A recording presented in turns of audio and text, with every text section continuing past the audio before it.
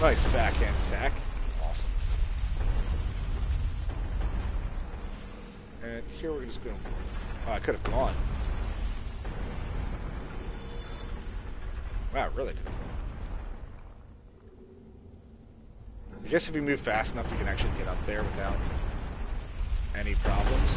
Oh yeah, another issue too is when you're playing this online with people, sometimes 2 rocks will fall.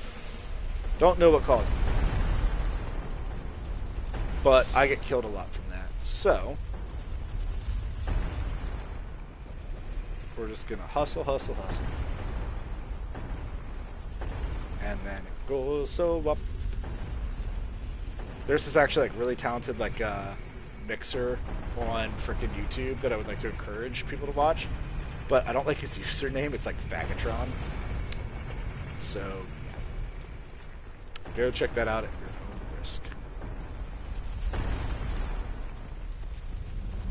Now, something nice you can do for your teammates is if you already get up here, is push this the one way. But however, like anytime somebody gets to that point in the level, the thing is actually going to auto reset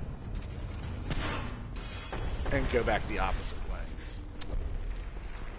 So as many shortcuts as there are, Sen's Fortress is actually still a small run around that you have to do.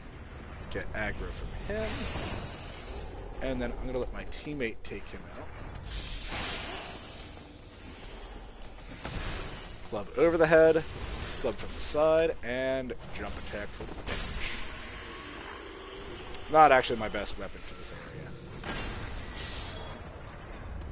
Oh, but here I can show this off properly, is that if you sprint between these blades, you can get right past that serpent guard, no problem. So I just kill my partners. Sorry, fellas. Oh my gosh, there's a key I need to get. Crap, I forgot because I died. Oh man, that demoralized me. Just lost my train of thought. Alright, so there's actually a few things left to explore real fast. We're going to go do that, and then we'll get to the boss. So sorry for those of you who've been waiting so patiently. I know I don't sound too happy.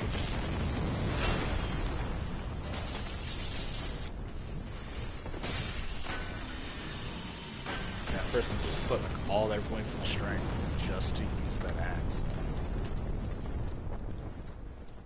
But here, there is also a gentleman known as Ricard.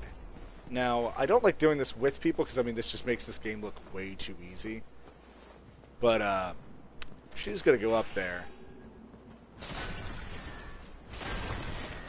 And, you know, with 2 people attacking at the same time, that dex build from Ricard doesn't look all that impressive. But you get Ricard's rapier, or rapier, however you want to pronounce it. You get a divine blessing and a rare ring of sacrifice if you actually come exploring this way.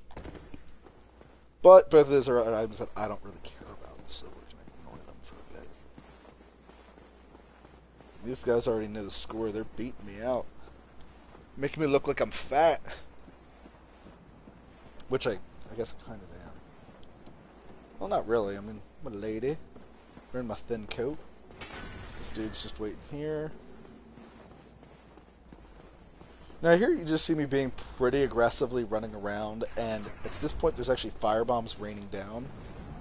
If you move quickly enough, you don't have to worry about them. Also, there is a secret shop if you can make that rolling jump, which is not very new player friendly. Oops, I don't want to hit them. But we have a new person to talk with.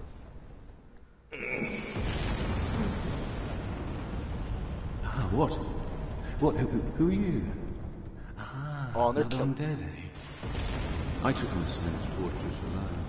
But I'm no different from those vile creatures. I was driven by conceit. Ah, you think you're different? That you can handle it? Yes, I remember that feeling. For I was the same. So, let me help you out. With your soul searching. Now this is the reason I was saving up those souls before I died. That this gentleman sells a lot of awesome things. First of all, he sells black fire bombs. Second of all, he sells large titanite shards. This is not the cheapest place to get them, but it's the first place that you can buy them. So, with that being said, very easy area to farm if you're trying to upgrade some new weapons. And I'm going to actually be farming up and upgrading my club to do the massive damage it should be doing at this point in the game. He also sells you some amazing weapons like the Great Sword, the Great Axe. Although Great Axe you can find in the depth, and there's an enemy here that I can farm the Great Sword off of. So I'm not going to buy those in attempts to try to get the drop naturally. He does sell you the Tower Shield, which is like the first legitimate heavy shield you can get in the game. Where this thing's just amazing, just brutally amazing. Well, not the first, but one of the first that you get, and it's amazing. But it does require 30 strength, which I don't believe I have. He sells arrows, can be good for using arrows or bolts, so that's a thing. He sells you the Katarina set, which is the Onion Bro set.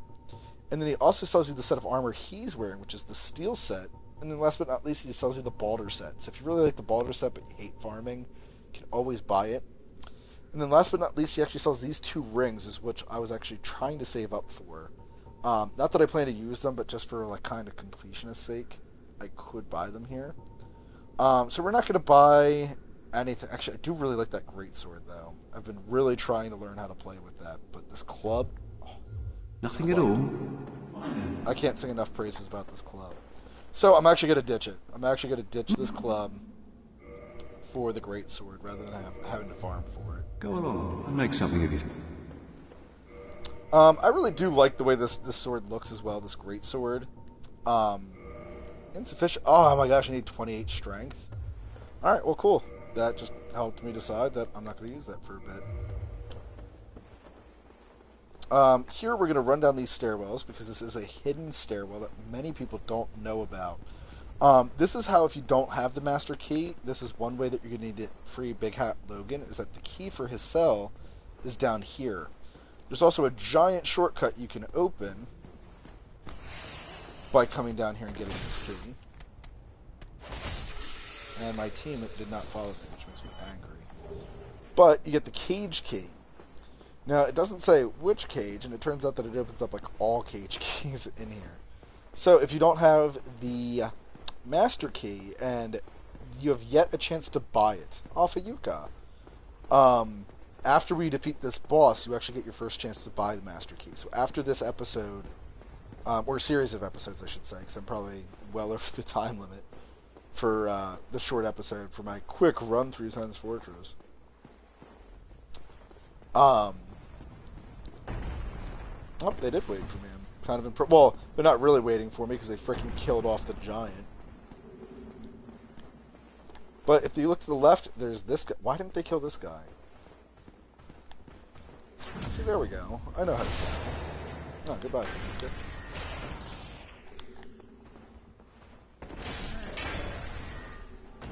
But there we get some Titanite shards. And I will show off the shortcut later since these two are actually waiting on me. But here is what the cage key is used for. And man, they spoiled so much because there's actually one last trap. But there's giant burn stains there, and then there's actually one up here. There's a giant that sits on top of this fortress throwing down firebombs at you. And then there's also a Balder Knight with a sniper crossbow firing bolts at you. And the way that you would get up to that giant is by traversing up these stairs, and you come up here to get his to fight him in a very narrow area. But one of the coolest things is you can destroy all these things, no matter what your weapon is. You have a little dagger. Destroy these giant boulders, paper mache apparently. No big deal. Last but not least, if you need help on this boss, you would come over here real fast, and there is a soul sign here for Iron Tarkus. And as much as I would like to summon him, unfortunately both these guys turned out to survive. So we are going to let them do just that. And they helped me clear out the bottom section. So, without further ado to you, I present the next boss.